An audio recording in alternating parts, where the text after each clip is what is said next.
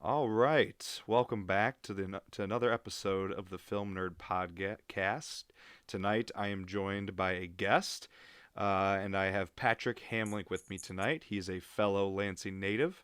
He is the lead singer, guitarist, and writer for the Grand Rapids-based alternative folk band Between the Pines.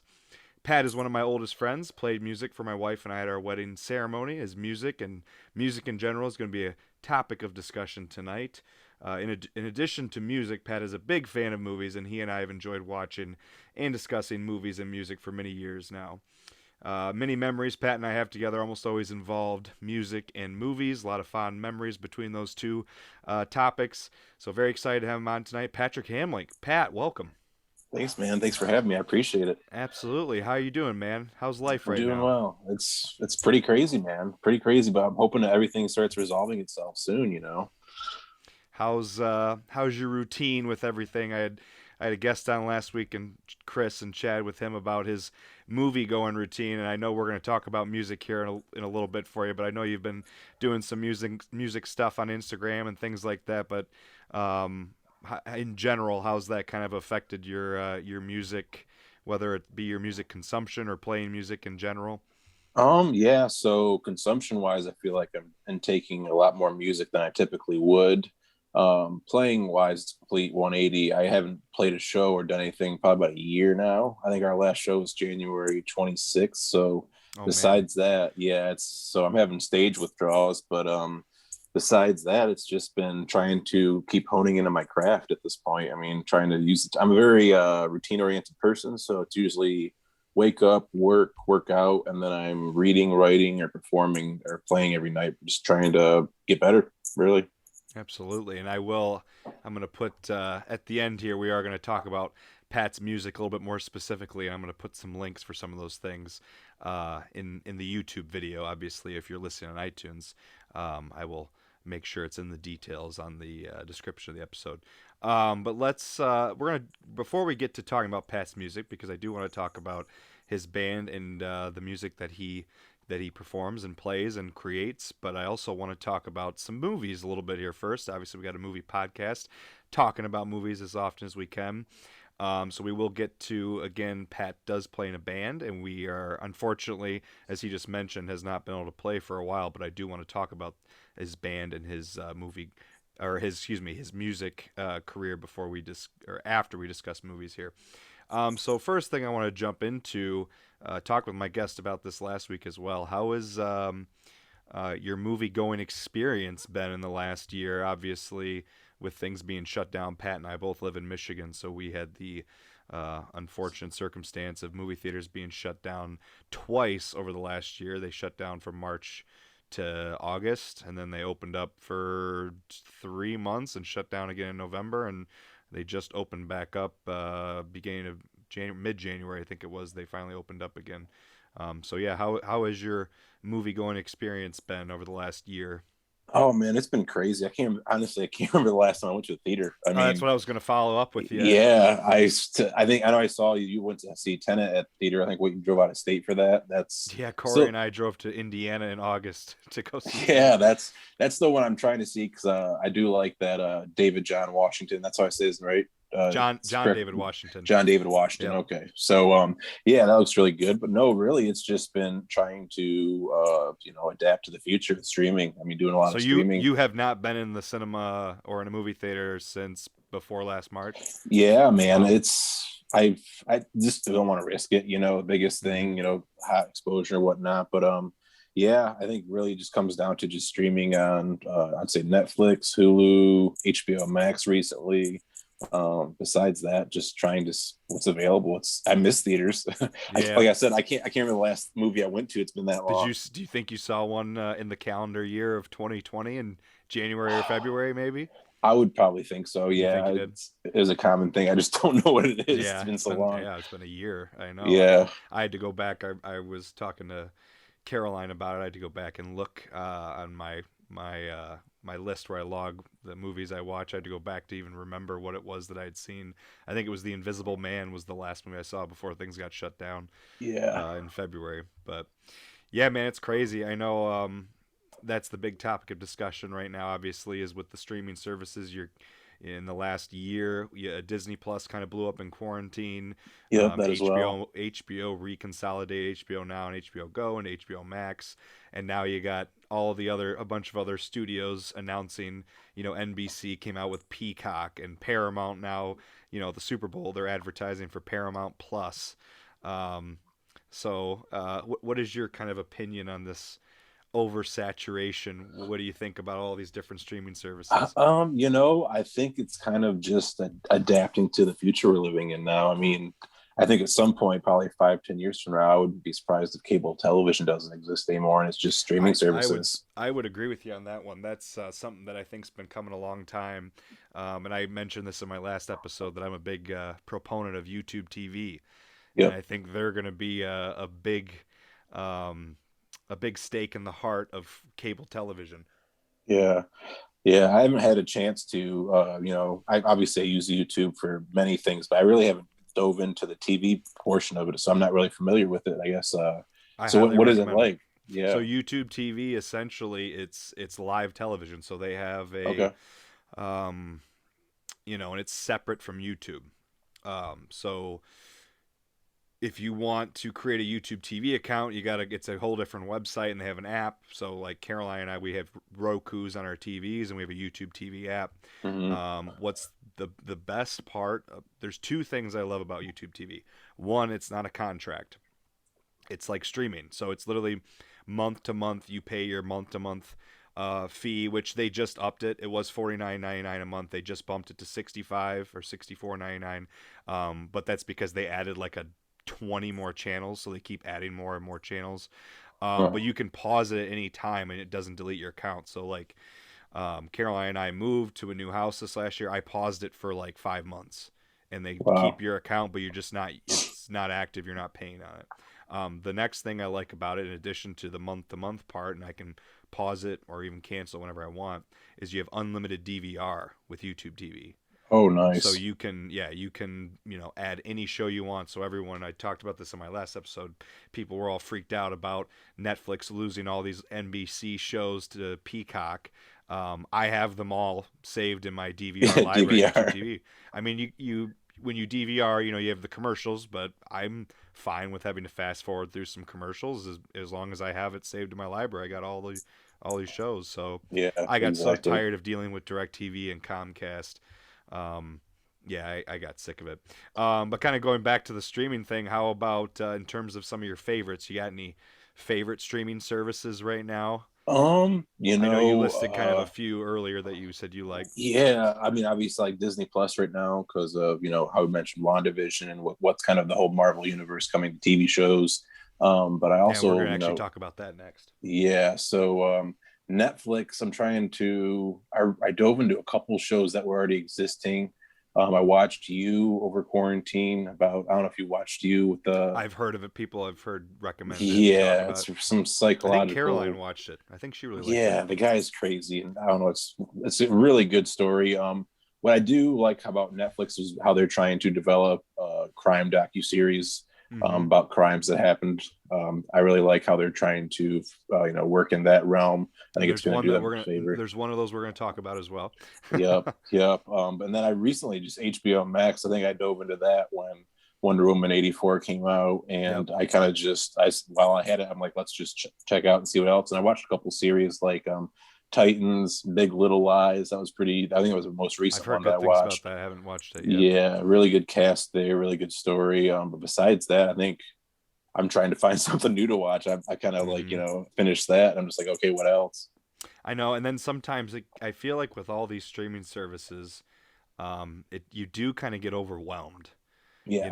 If you because I always see people go, oh, there's nothing to watch. And I'm like, there's so much to watch, but Yes. at the same time, I get it can be overwhelming, especially if you have multiple streaming services, because a lot of them have so much content. They have original content, new content, old content. So it can be kind of overwhelming if you don't have kind of, an idea of what they even have. Yeah.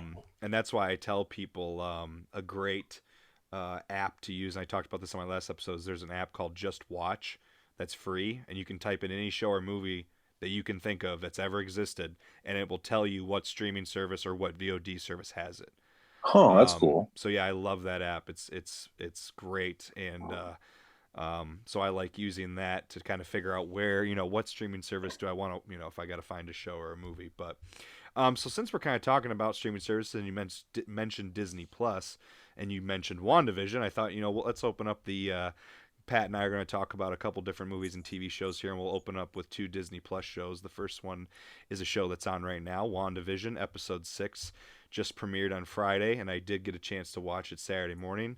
You're all caught up Yep. on Yep. I WandaVision? watched that Friday morning. What do Yeah. you think so far of the show overall? Obviously, there's three more episodes, right? It's gonna be 9 episodes. There's Yeah. three Well, left. yeah. So I think the episodes, durations recently have been like a half hour, 22 minutes, Yeah, they've been pretty short. Yeah, I believe I heard the last 3 episodes are going to be like 45 minutes to an I hour. I So that'll did be see an nice. article about that. Yeah. Yeah. But I think what I really like about it is I know a couple, I'll even say it like the first 2 episodes, I was like, okay, this is really slow. Mm-hmm. And someone made a good point where they said it's slow because people aren't used to TV being like this, like it used to be. It kind of slowly Yeah, builds up back in the it's day. an homage to especially the first couple episodes, and even every subsequent episode has been an homage to a different decade Yeah. of like sitcoms, Yeah. Yeah. basically. But what I like metaphorically, I want to say it's like peeling back an onion. There's layers to it. And Mm-hmm. as you get through each episode, you're seeing more and more develop. And Mm-hmm. I think what I liked about this one, I wanted to mention with you, I liked the last episode. This how was had the Malcolm in the Middle type vibe. I was just gonna say that because I was waiting for you after you finished up what you thought about the show overall. I was gonna mention that Yeah, Malcolm in the Middle is like one of my all-time favorite sitcoms. yeah, I think it was way ahead of its time.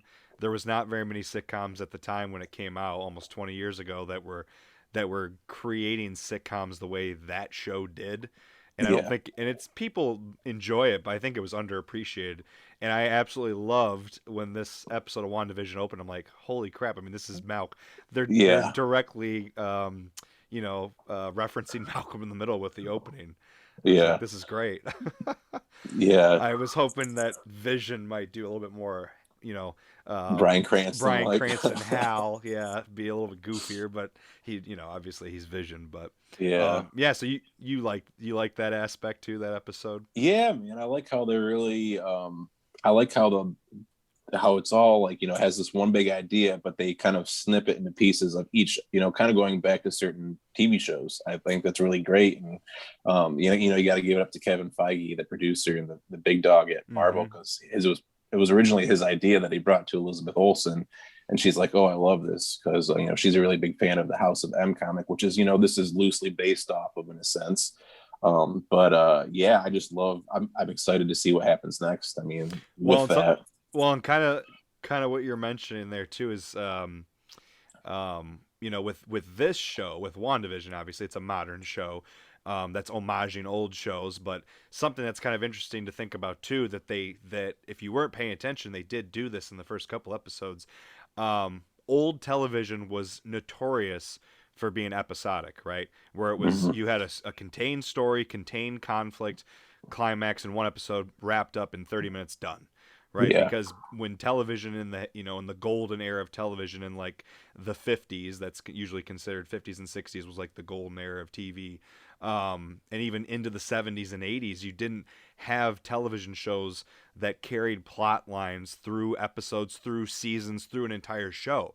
It was literally episode that had setup, climax, resolution, boom, that's Yep. it. And every week it was something new. And I kind of liked, I don't know if you caught it in the first couple episodes, they would like, at the end of there was, I can't remember if it was the first one or the second one, was like Vision tried to ask something, or like something, it was like something wasn't going to be resolved at the end of one of the episodes, but then there's like a really quick weird cut or edit, and they're like, what the Yeah. heck just happened? And it was like they were kind of homaging that in old television, like, nope, we can't have any more conflict, that's it, boom, Yeah. we got to wrap it up, that's the end of the episode. So I thought that was kind of interesting that they had that little bit in there.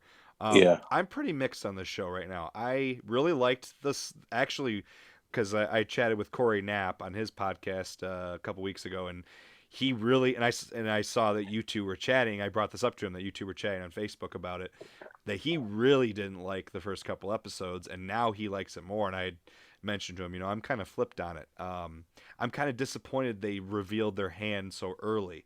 I felt like it was kind of obvious a lot of the things that they explained away in episodes 3, 4, and 5. I liked 6 a little bit more because 6, you're kind of seeing Vision, his realization of what's going on. But the thing that I would have liked more is if they didn't reveal much of what was going on outside of this contained, Yeah. bubble that Wanda has them all trapped in. I thought it would have been far more suspenseful and fascinating, to keep us waiting a little bit longer, because they basically revealed everything in episode 3.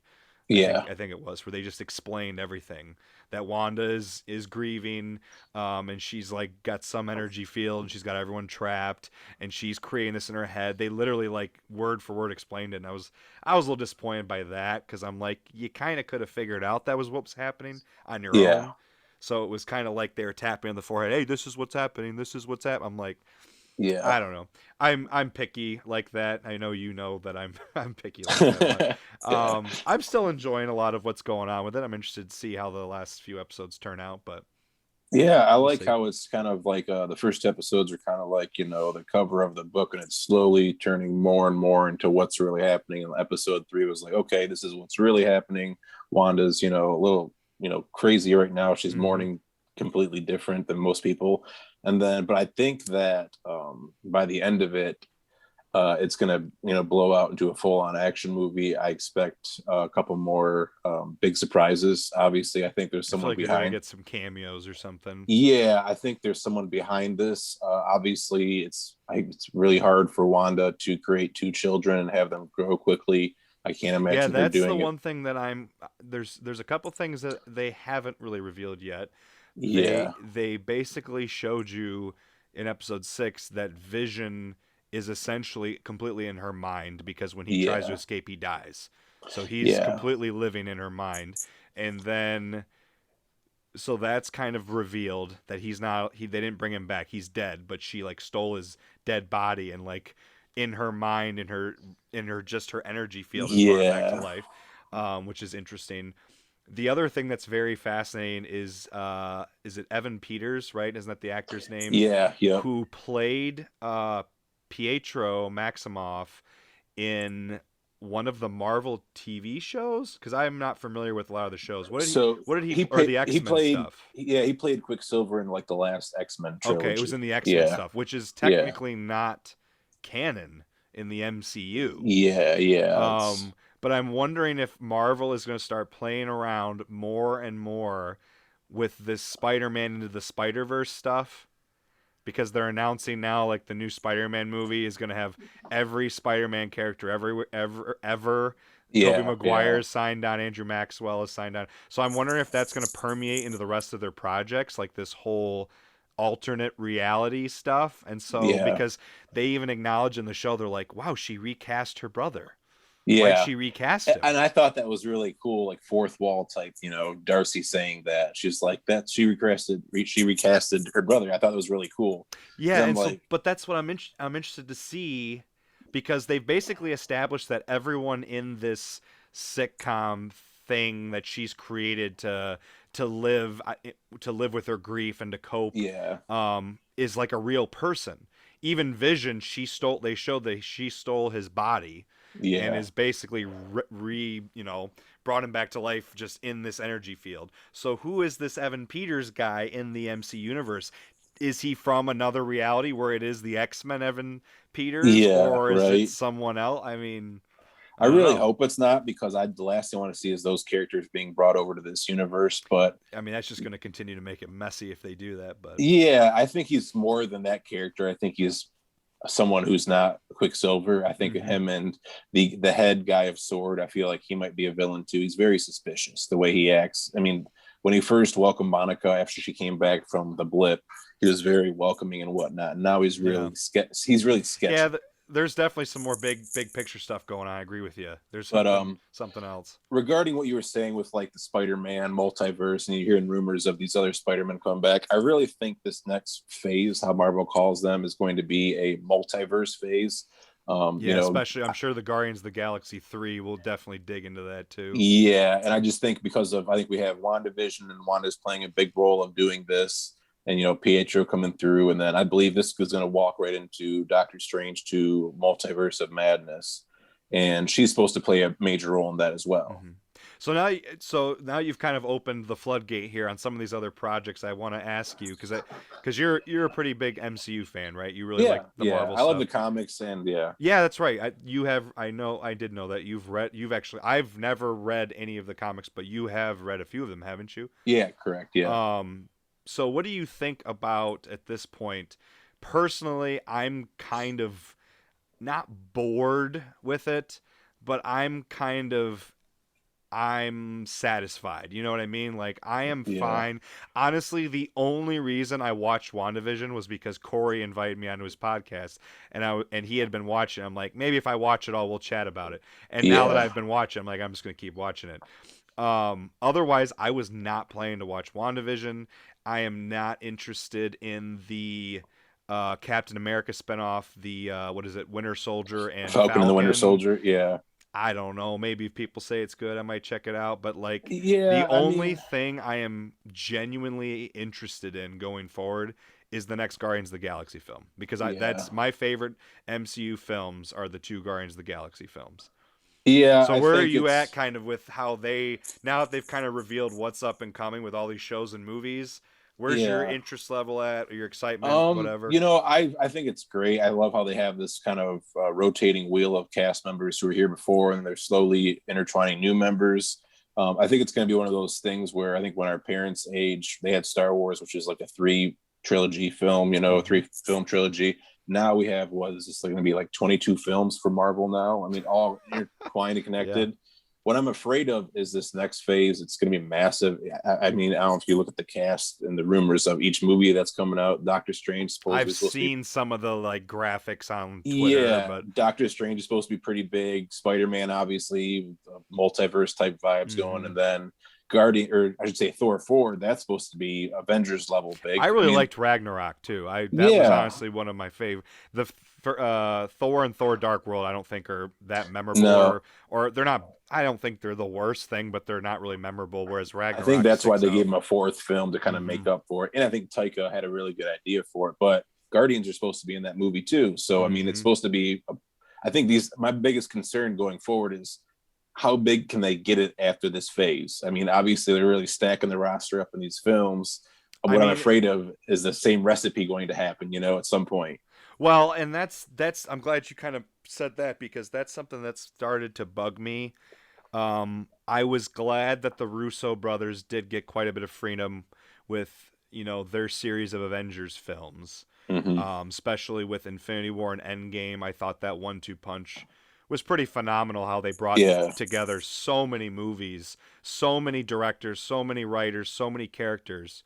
Um, that didn't really have that much of a varying style because I do feel like the producers and the studio overall kind of are pulling the strings behind the scene to keep things somewhat uniform, which is what bugs me a little bit. I wish they'd give some more freedom, which is why yeah, Guardians of the Galaxy sticks out. James Gunn, yeah. and then with Taika Waititi, with he did Ragnarok, didn't he? Wasn't it Taika Yes. Yep. Waititi? Yep. Their films kind of stick out a bit more, and the Russo's brothers, but I don't know. I really kind of am enjoying with WandaVision again. I don't love it. I enjoy it, Yeah. but I like that they were allowed to do something really weird and different. Yes. And then they Yeah. kind of again I'm annoyed that they like shoehorned in the typical MCU got to explain everything. We got our little agency over here and we're all talking and it's all exposition. That part kind Yeah. of bugged me a little bit. I wish they would have focused more on the weird, goofy sitcom homage Yeah. stuff, but I don't know. Yeah. I like it. I mean, it's one of those things where I'm going to continue to watch it, whatever it is. Cause Oh just, I yeah. love the cat, like Falcon and the Winter Soldier. I think the guy who plays Bucky and Anthony Mackie is just a great Oh actor. yeah. So, and I No, think I do like both of them. their chemistry in Civil War, I think the little quips that they had, that makes me more interested. And this is supposed to be this next series that comes out in March. It's supposed to be like an hour long, 6 episodes. Each is kind of like a mini movie in a sense. So Yeah. different things are going to happen with each one.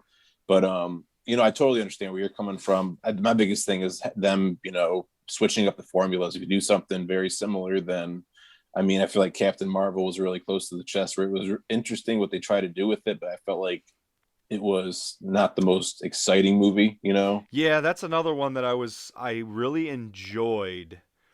Um, but I was kind of like it had moments where it seemed in Captain Marvel like they were trying to break out of that formula, and there was Yeah. things here and there that seemed to be stylistic choices that the director, were trying to do their own thing. Um, but most of it, I think, kind of fell within a lot of the typical Marvel stuff. That's not bad. I don't. Again, the Yeah. only Marvel movie I think I dislike that I would say is below average was the Edward Norton Hulk film. I think is just a Yeah. bad movie. I've rewatched it. Anyone that says it's a good movie, I would ask them when was the last time you watched it, because I have done MCU binge watches multiple times now for Yeah. both Infinity War and Endgame, and I rewatched even Hulk, and it's a bad movie. It's just not good. Yeah. Um, It's what Dark blows my World, mind for that is they actually had Mark Ruffalo as like a second choice. And the fact they went with yeah. Edward, it's But that just, one, it's not even Edward Norton. It's everything about that film in terms of its visuals, the dialogue. They tried to how Hulk looked. how it looks. They tried to make it serious, and Yeah. retrospectively, it does not fit into the MCU in No, terms it of its doesn't. style. It's really Yeah. weird. And I'm wondering if that's why maybe they've kind of hunkered down on what they allow in the MCU in terms of the producers. They want to Yeah. keep things stylistically within the same vein so that you don't Yeah. have an outlier like that. The other one that I think is bad is Iron Man 2 is bad. I don't think it's very good. Iron I Man think it was because 3 I they were think is rushed. great. I think the success for Iron Man, I believe from what I heard, was it was just a rushed production. There's like last I remember, there was like I would have to go look, like multiple writers credited on that film. Like it was like you had too many ideas. When was the last time you Yeah. watched Iron Man 2? I can't remember, but I just know that I think because of the success of Iron Man, studios like to push stuff out quick. Oh yeah, So it was absolutely. one of I think those it things where, came out 2 years later. It was, yeah, because yeah, Iron Man was 2010. 2008 and then Iron Man 2 was 2010. But yeah, that one was, I don't know. Anyway, let's move Yeah. on. We're talking about the Yeah. NCU quite a bit here, so we Talk can about move on. forever. Yeah. Yeah, we could talk about that one for a while. I want to move on to some other things. So let's move on to how about let's talk a little bit about the Mandalorian. You've watched the Mandalorian, right? Yeah. And Yeah. did you watch season one and the new one, Yep. season Both two? of them. Yeah. So you're a pretty big Star Wars guy too, right? I know you like Yeah. Star Wars. I'm not as in depth as Marvel is, but I enjoyed the movies. I thought I'm one of those who actually is a fan of the prequels, at least the Clone Wars. I know a lot of people don't like Clone Wars. I Oh, that's just, my least yeah, favorite one. I just like it because of the amount of Jedi's in it. The Yeah. big fight scene in the Coliseum. I like that. I thought that was Hmm. really cool. Oh, But I think yeah, I think I still watch all of them. I own every single one, and I enjoy even the ones I don't think are good movies. I still go back and enjoy watching just because I yeah, love Star. You can see right yeah, right, there. Oh, this is weird. right Opposite right there, there. yeah. Star Wars. Yeah. But no, I think what I like about Mandalorian the most is like a space western. I think it's like Yeah. Stylistically, it's very yeah, interesting. yeah, and I love how the main guy he doesn't talk much. At least in the first season, he's really quiet, and he's supposed to wear the helmet. He has certain Pedro rules. Pascal. Great actor, Pedro great Pascal. actor. Yeah, he's But great. I always loved him I in Game of Thrones too. yeah, yeah. So but no, I liked it for the most part. I'll be really anxious to see what they do if they decide to make a third season. I feel like they did a lot the second season to blow the universe up a little bit. Yeah. So it'll be interesting. Yeah. So we won't get too much into the Mandalorian because I do have a lot of other things I want to talk about. But I thought Yeah, since we were on the topic of Disney Plus and Pat had seen it, I thought, and I haven't really shared my thoughts on it. I thought it would be fun to discuss a little bit. So I do like it as well. I really enjoy the space western part of it. I thought season one was okay. I thought yeah, visually and then the style as well, the space western aspect of it. I did think it was cool how it was an homage to. We just mentioned a little bit ago how classic television shows were very episodic, and for a long time westerns in the United States in the 1940s, 50s, and 60s, like that was the thing that Thing, television and yeah, movies were made about, were westerns. And I did kind of think it was cool that season 1 was like a classic western TV show, how each episode was basically a contained story. I yep, mean, if you think about it, not much of anything happened in season 1 of The Mandalorian in terms of an yeah, overarching story from start to finish. I mean, the first couple episodes, and there was what, 10 episodes? I think 4 of the 10 episodes had like the general plot line of him trying to take the kid back to, you know, where he needs to go. The other yeah, middle like 5 or 6 episodes were just like these little subplot adventures, which is cool. I mean, it's like yeah, classic Western TV shows where it was just, you know, a contained kind of action adventure episode. But at the same time, it didn't really add much to the universe in yeah. terms of like storytelling. You know, obviously they add more lore with characters and planets and creatures and things like that. They always can do that. But I really like season 2 more because they went Yeah, away from that a bit and had like a blew it general up. storyline that carried through every episode. The plot moved along a little bit more in each episode, and got more interesting. And before I share my thoughts on the end, and I'll put this is all going to be spoiler talk. What was your thoughts on the ending of season 2? So obviously you're not the biggest Star Wars fan in the world, so maybe you don't Yeah. care as much, but I'll be interested to see what you think about Mandalorian Um, season 2 finale. you know, I really think they wrapped it up the best way they could. I think I told our buddy Lyle this. It'll be really interesting how the show moves forward without Mando having the child with him, because I feel like Yeah. a lot of the value of it was the child. I mean, everywhere you go in a All store, of you the see the hype around child that show and a lot of the love for the show merchandising. You know, was is those two characters. yeah, so to see that happen, but also see how much the Mando has grown since the first season, first episode, to where he is now. You can see he's Yeah, really his attached to the kid, character has had a nice arc. a father son type vibe, you know. But to try to go back to what we were talking about too, I did think one of the dislikes I liked was, I feel like every episode was kind of consisted of something happened to him. He needed to help someone else out in Hmm. order to get what he needed.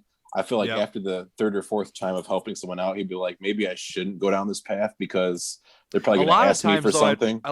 he like didn't even have a choice.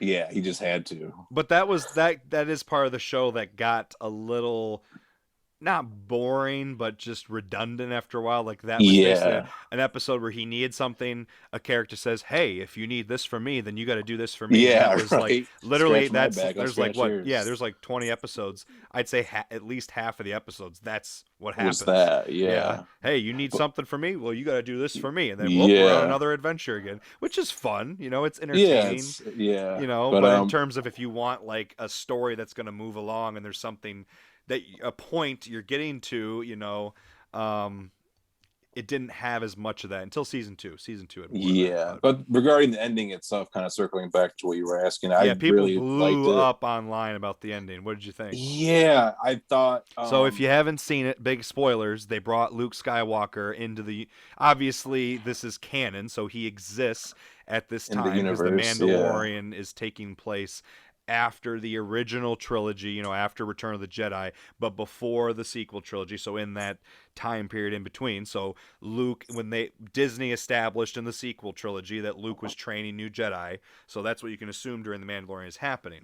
But what did you think about them all of a sudden just bringing him in for that final episode? And I thought it was really cool. I loved seeing him, fight, or just, kind of like in Star Wars Rogue One, you see Darth Vader kind of Mhm. go at it. I thought, you typically never saw Darth Vader prior to that do some of those things. So seeing Luke, being a master in his ways, I thought that was cool. But probably like kind of putting in different perspective, seeing how it could be a downside. I felt like kind of left Mandalorian out in the dust. I mean, obviously the yeah, fight scene with him and the villain there was pretty small and minor, to the point where they're like, okay, how can we wrap this up? Let's just throw Luke yeah, Skywalker into it this, was the classic Deus Machina, right? Yeah, Out of nowhere, the conflict is resolved because of some powerful, convenient force comes to the rescue. That was my biggest issue. I just thought it was a little cheap and convenient. I thought it was yeah, cool. Like in Yeah, terms of fan service, it's pretty cool fan service, but I kind of thought it was lazy writing. It was kind of cheap and convenient. Like he just comes in and just destroys all of the robots, and then boom, that's yeah, it. yeah. That's the end. I I just think thought they're it was kind trying of to. anticlimactic in I a think the way. writers were trying to put a lot of, wrap him up with the action rather than bringing Luke in, but make it kind of put more eggs in the basket with being emotional by saying goodbye to the child. I felt like that moment where took his helmet off, and typically he would Yeah. never do that, and just seeing him that way, I felt like they were trying to, I don't know, balance it out in a way where they could do that. But I Hmm. mean, nonetheless, regardless, I thought it was a great season. I mean, Yeah. it was a lot better than season one. I thought it was. I enjoyed season one, but I also Oh thought it was yeah, better than season one, for a couple reasons I've mentioned already. But and like you said, I don't know where they're gonna go. I think they've it's already tough. announced they want to do a season three.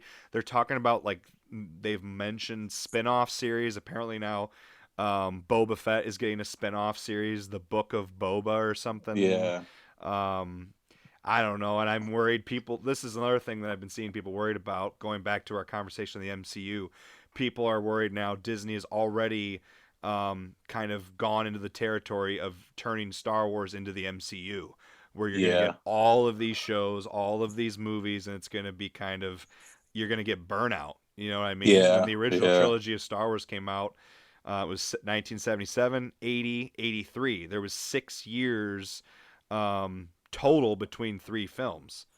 You yeah. know, 3 years in between the second and third film. So now it's every single year and even multiple releases in one year. So It's a I don't money know. grab. Yeah, Yeah, well, yeah, they spent what was it, $2 billion to buy Lucasfilm from him back in 2013 or whatever it was, something and like that. Yeah, they're trying. I mean, they built the Star Wars world and Disney World, and I mean, they're cashing in all the merchandise. I mean, obviously, they're gonna make some money, a lot of money. yeah, But I don't know, man. I enjoy it, but with the MCU and with Star Wars at this point with Disney, I think they're putting out quality stuff, but I worry about burnout. Just yep. putting way too much stuff out. Anyway, we'll move on here to let's talk about a couple Netflix things here before we move on to music. So Pat and I are going to have a nice discussion about some music here, but we got two Netflix projects that both of us have seen. We'll talk about here. The first one we'll keep kind of short, and I did share my thoughts on this one on Instagram and Facebook and Letterboxd, and that's Malcolm and Marie. It is a new film that was purchased by Netflix, that was released on February 12th, I think. Like a week Today's the ago, 14th, or was it the 5th? I think it was February 5th. I think it was like a a week week ago, ago maybe. Friday, yeah. Yeah, It stars Zendaya and John David Washington, and that's it. It's the first fun little fact of trivia here. It is the first Hollywood film to be written, produced, financed, shot, everything in COVID. So it was completely conceived, um, shot, and edited, and every aspect of the film was done in COVID. They shot over the course of 2 weeks, in one house in California. They shot it on black and white 35 millimeter film, and it looks gorgeous if yeah, they yep, shot it on film. I love when there's a lot of directors who love to be purists and shoot their movies instead of on digital on classic 35 millimeter film, and you can tell the difference. yeah. Um, it is written and directed by Sam Levinson. His last film, he hasn't done a lot of stuff. His big thing that he's been working on recently is Euphoria on HBO. Great show, great show. Okay, so you've seen Euphoria. I've Oh, it's heard good crazy. things. I have not had a chance to watch it, but I do want to check it out. His last film I was not a big fan of, um, Assassination Nation, which came out in 2018. It's a black comedy thriller film, and it is very bizarre. I appreciate how weird it was, but it's very abrasive, and some of the things and ideas it was trying to get across I didn't really like. We have a similar situation here with Malcolm and Marie. So Malcolm and Marie, if you haven't seen it, spoilers. So Pat and I are going to discuss a little bit here before we move on to one other project. Essentially, you got a couple, and John David Washington plays a filmmaker, a director who's just come. They've just come back from the premiere of his first big movie, and they get home at like 1 in the morning from this premiere. He's drunk. She's angry. You don't know why, but it's very obvious when the movie starts she's angry and that he's hammered and he's just celebrating. And it ends up turning into an all night long fight. They're pretty much up through the entire night. Yeah. And it's all in one location, one night, one location. And they well, I guess before I kind of get into more of it, what'd you think? I love both actors. I mean, Zendaya, she's the main I actor in forgot she's Euphoria. only 24. Yeah, a child of Disney, so She's very young. typically that's a hit or miss. But yeah, she's in Euphoria and she kills it there. I think her and John David are just fantastic. At what they Oh yeah. do. Them together, the chemistry was. I definitely can agree with what you were saying. It can become off a little dry at sometimes, or very script oriented. But man, tell you what, the emotion that they, just their relationship aspect of it, how people Hmm. can just fight and um, she was mad at one time, then he was mad at her, then she was Hmm. back mad at him. The banter back and They forth. they do a good job of kind of splitting up evenly who you're quote unquote rooting for, who you're mad at. I mean, it kind of gets to the end where you realize they're both, they've both done a lot of crappy things to each other and to Yeah, themselves. And it's, yeah, you kind of just feel for them overall by the end. You're not really rooting for one or the other. Um, yeah, man. I would need a days of sleep after that. If I it's was kind in of their exhausting shoes. movie to watch. It is, yeah. It is exhausting. I can't imagine when because I think what they came home around. But there's one point where it was like 2 a.m. I think it Because when they get was. home, they say some comment about how it's like around 1 a.m. when the movie starts. Yeah, And then there's another comment about it being 2 or 3. And then eventually they finally go to bed. It's still dark out. So you assume maybe it's, they're up for 4 or 5 yeah. hours and then they Had sleep to. sleep for a little bit and the sun comes up and that's the whole movie. Yeah, but I like that. I love the music choices in there. I The really music is enjoyed. great. The music was great in there. Made me discover a couple new artists. The Um, original score and uh, the songs. There's songs that are played in the film. John David Washington's yep, character and Zendaya's character alternate playing music on their phones or on their stereo, and there's all good song choices. But there's an original score that's kind of like jazzy yeah, that I I liked. enjoyed that.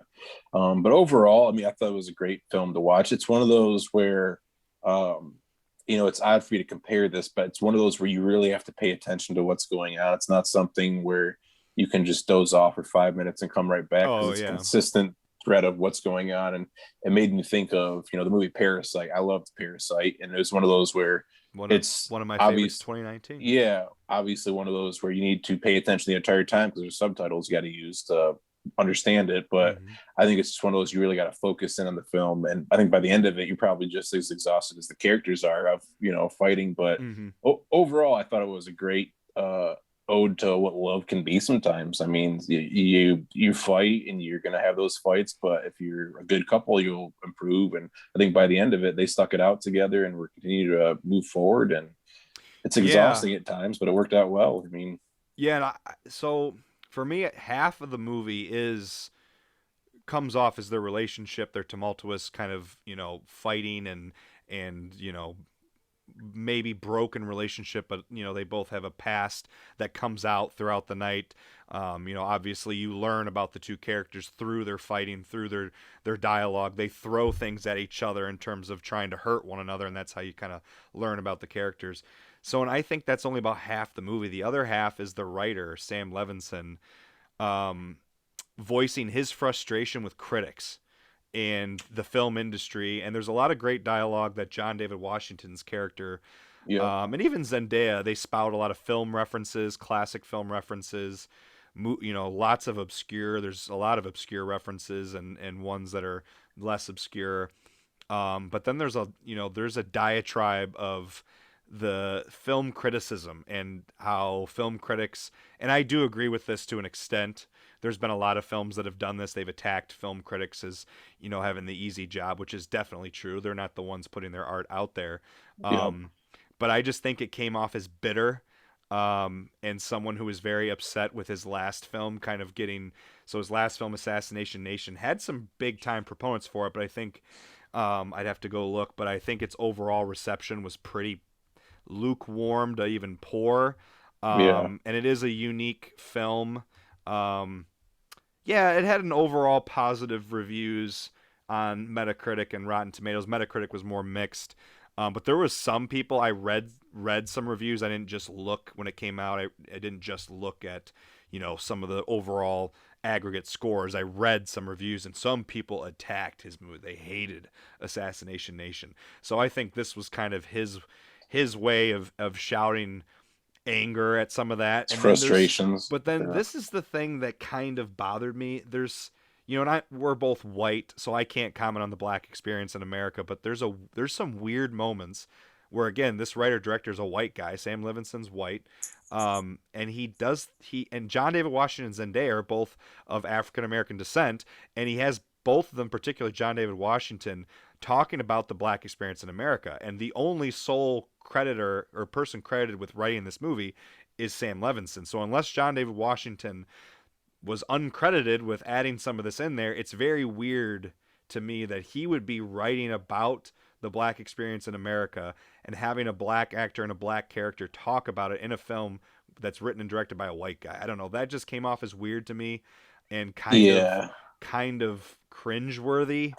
Because I knew going into the film, I knew who Sam Levinson is. If you don't know who he is and you go into the movie, you wouldn't know otherwise. But I knew Yeah. I going had no in. idea until you said something. I So was yeah, like, going in, I knew who he was. I knew I've seen his last film, and I'd have to go look. He hasn't done a ton of stuff. I don't even know if I've seen anything else from him. I keep hearing how great Euphoria is. I haven't had a chance to watch it. yeah, it's a great show. Yeah, I haven't seen. He's only directed one other film in 2011, Another Happy Day, his feature directorial debut. I haven't seen it. He spent Euphoria. He's the creator of Euphoria. Yeah. So he's the It's, writer, director, creator, producer on Euphoria. That's like his big project. So this was only his third directorial effort on a film. He's been a writer and a producer on other films too. But I just thought it was so bizarre, that part of it. yeah. If you have that context going in and you're watching it, some of the dialogue does come off as like you can tell a white guy was writing this, and it's weird.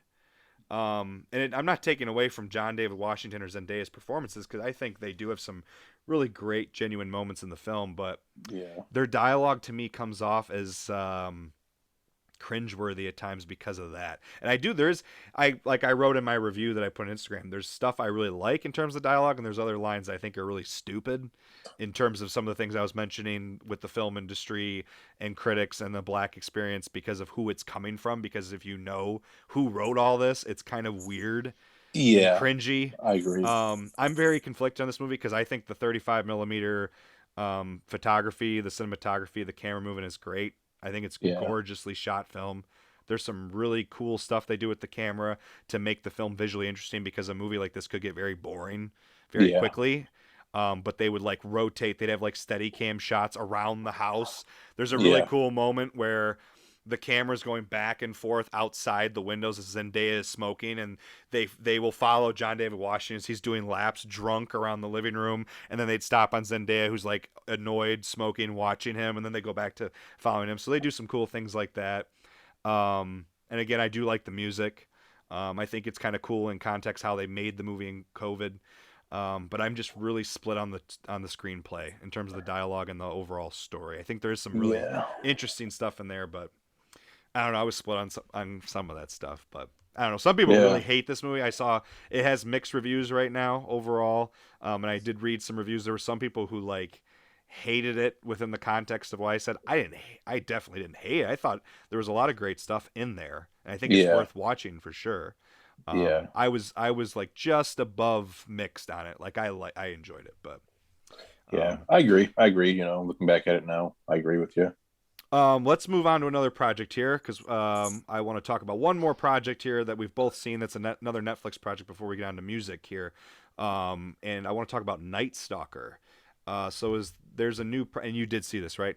Yeah, man, Okay, it's that's what I thought you nuts. did. So there's a documentary series right now on Netflix called Night Stalker, and it is about Richard Ramirez. And I was not aware of this. Were you aware of the Night Stalker and Richard Ramirez in California in 1984 excuse me, 1984 and 1985.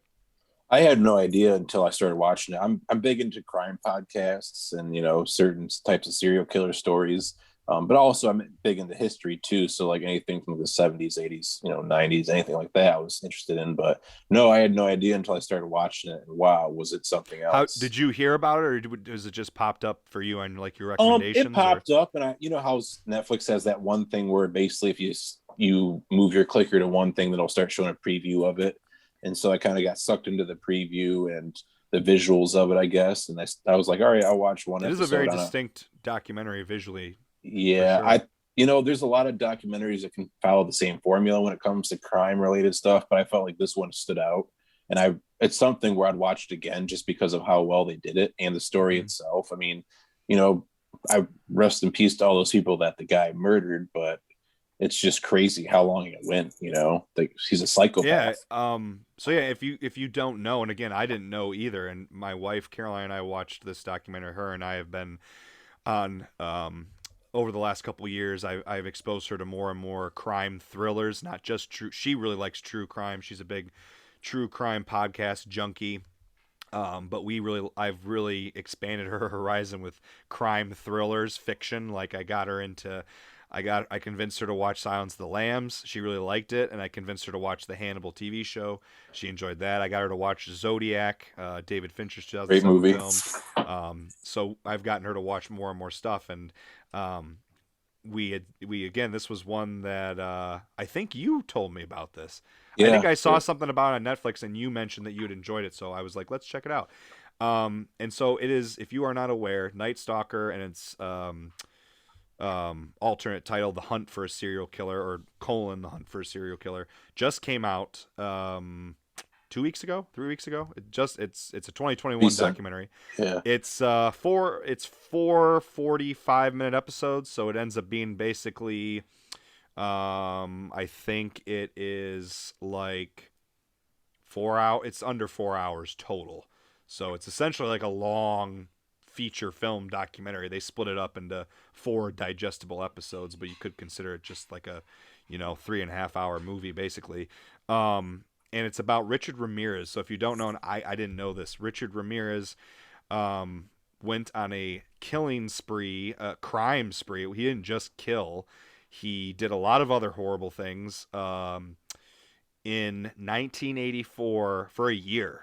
So they were first aware of him in 1985, but after he was captured, spoiler alert, he was captured. But I mean, if you follow true crime, then you probably already know this. They ended up finding out that he committed more crimes from the year before that they weren't aware of after the fact, which is messed up. So the media at the time nicknamed him Night Stalker because he was committing all these crimes at night, and basically terrorized an entire section of Los Angeles, and even later went into San Francisco.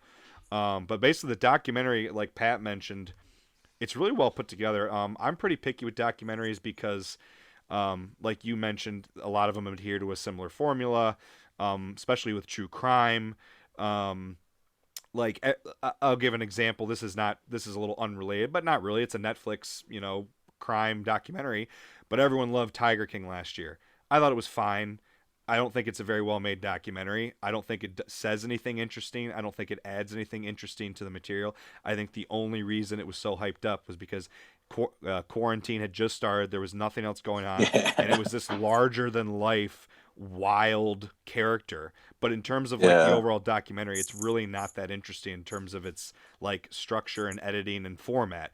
This Yeah. documentary, and I want to ask you, get into this with you a little bit here, but this documentary kind of takes a cinematic approach to the material, which, and I talked with my wife Caroline, and I talked about this, um, and Caroline, so her and I like talk about this stuff usually after we watch stuff, but um, I think at times it borders on being exploitative. You know what I mean? Like, because you just mentioned, it's very sad and it's tragic how many people were victims of this horrible Yeah. crime spree. And they like take this 80s horror, movie because like when the title is superimposed on the screen, Yeah, it's like stylized Night Stalker, and it's like neon purple, and they have this booming soundtrack, and they like try to turn it 80s into this vibe like to it. pulpy 80s horror movie. And I'm like, there's a lot of people who suffered from this that are still alive. They interview them in the documentary.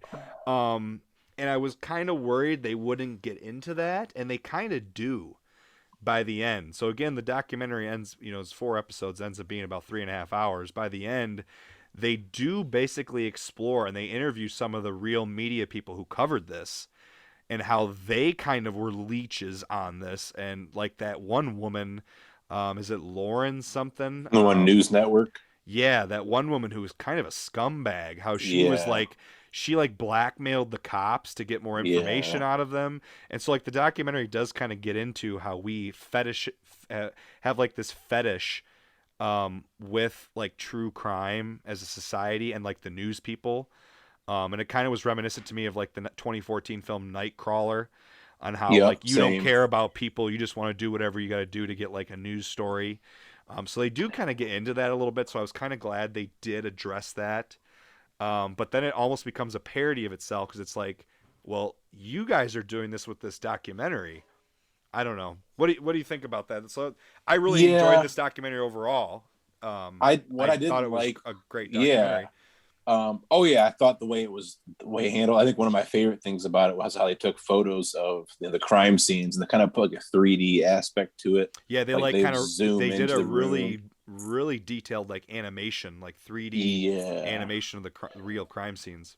But what I didn't like was that, like kind of circling back to that news reporter gal.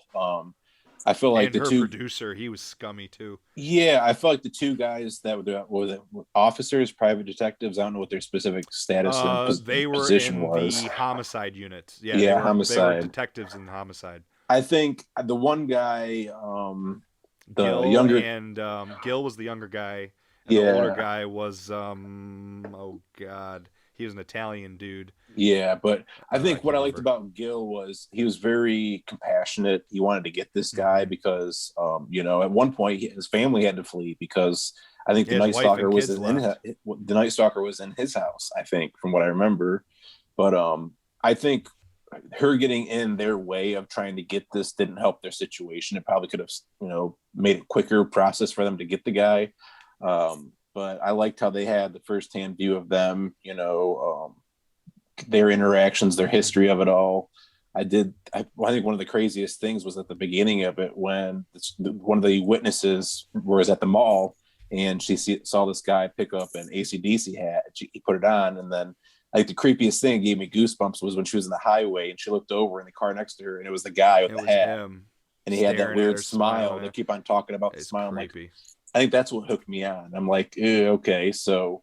But yeah, I mean, the whole exploited part of it, I can definitely see that. I'm happy that they kind of respected the murder scenes with covering off the faces of the victims and not allowing us to see the full picture. But Well, and they interview throughout the series. They interview quite a few, either survivors, people who survived his attacks are still alive, or family members yeah, of victims. So they did obviously get permission from, they yeah, had to have, and to have these people in the documentary, they obviously got their blessing as well to yeah, to do it. But I don't know. It's one of those things, it's a weird thing because we do as a society, we have this obsession, I think, with crime. I mean, think of our society's obsession with Charles Manson, the dude. yeah. I mean, he's mentioned in the documentary a couple of times, and he's like one of the worst humans to ever walk this Walk earth, the and earth. and we Yeah, have so much media uh dedicated to him telling his story. And how often, and I'm sure there's a lot of times where they focus on the victims and the survivors. Um, but it kind of goes against that whole thing, when you see these crimes now, a lot of people talk about don't glorify the criminal. Don't yeah, talk about them. Talk about the people who helped. Talk about the survivors and the victims. Bring light to them and their story. Um, and I think those are the best documentaries and films when they do take these real life stories. Are they honoring the people that suffered? Are they bringing light to their story? Making sure something like this doesn't happen again. You get that with like World War II stuff. Are you trying to tell this story so that we don't think, so that it doesn't happen again, so we're aware of it? But with this true crime stuff, it's kind of isolated, especially one like this to this magnitude. I didn't realize. I mean, it's messed up how many people, how many crimes he committed.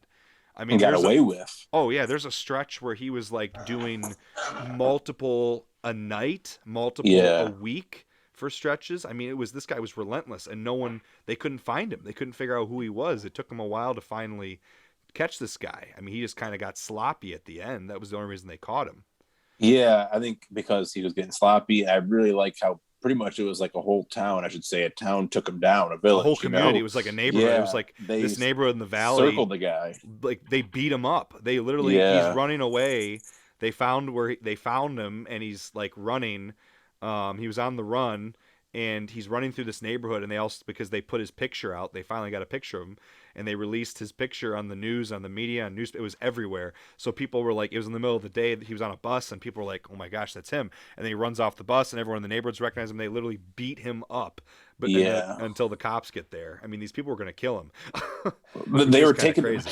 I think it So was I'm glad you mentioned that, because that is a part of the documentary that made me appreciate more. I'm like, okay, yeah.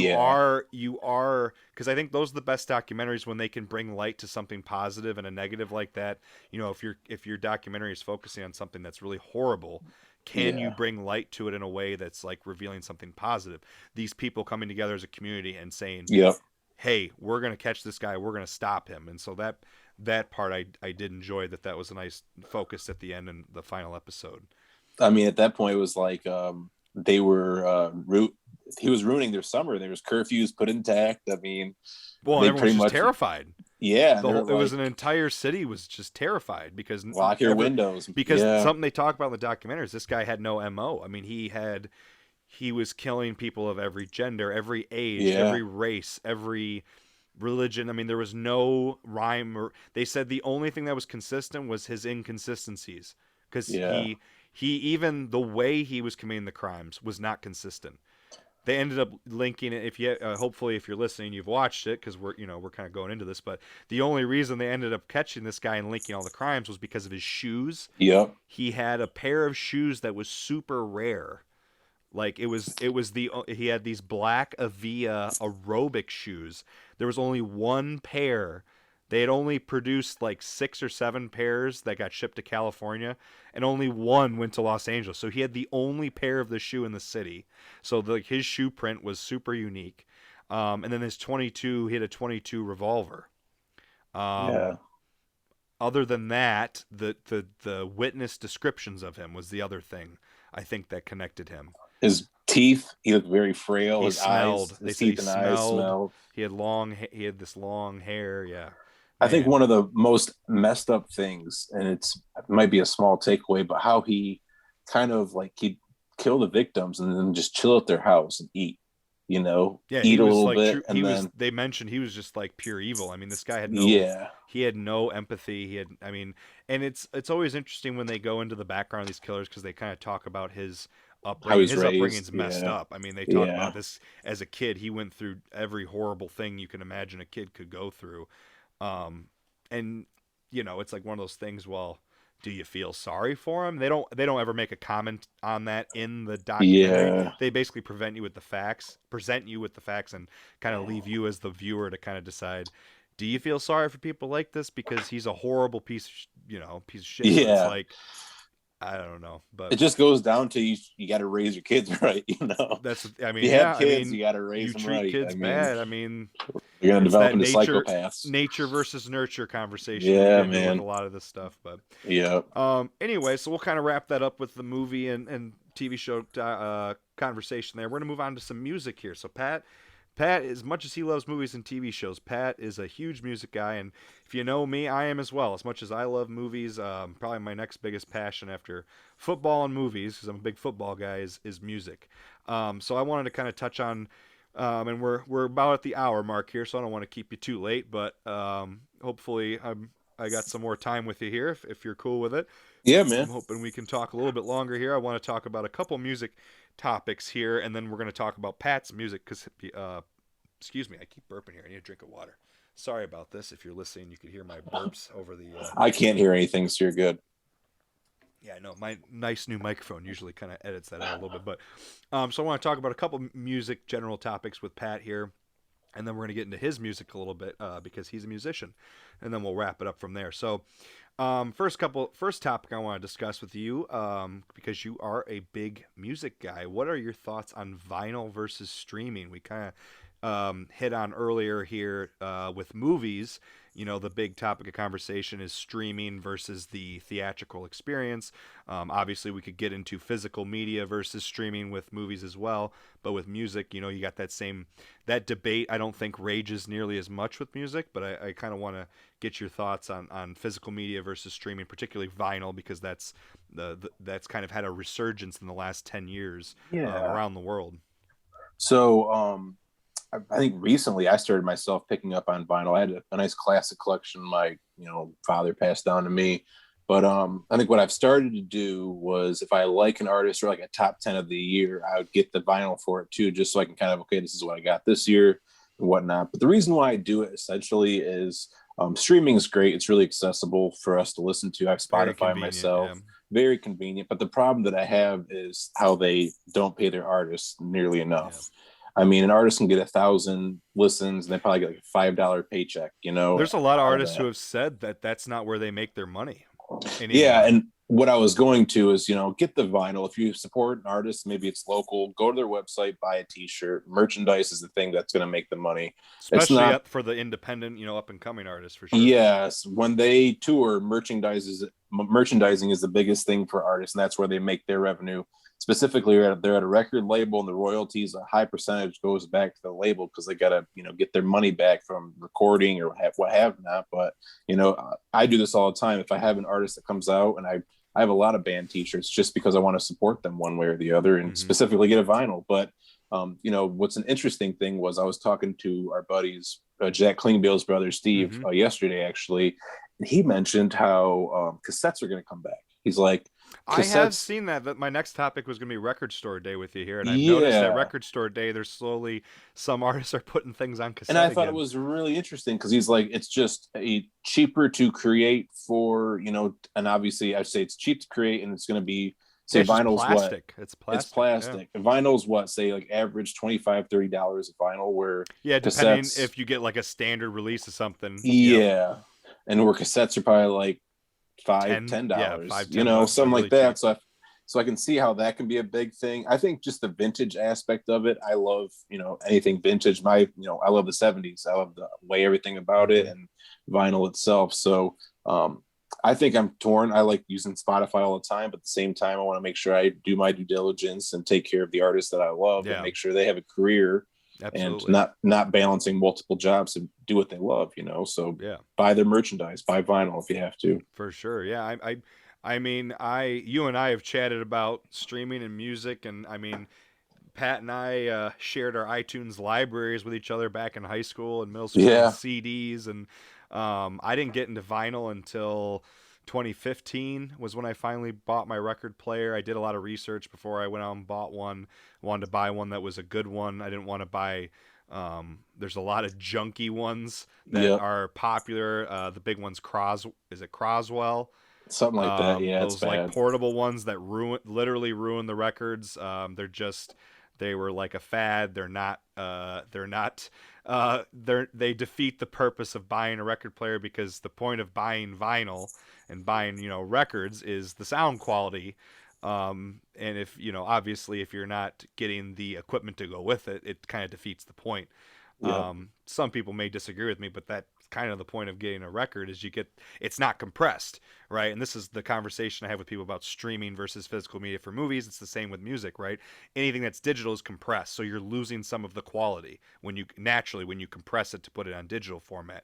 Whereas if you print something on, a Blu-ray or a record, it's pressed onto wax, you have the pure original with music, the original recording in its full, pure complete format. It's how it's meant to be listened.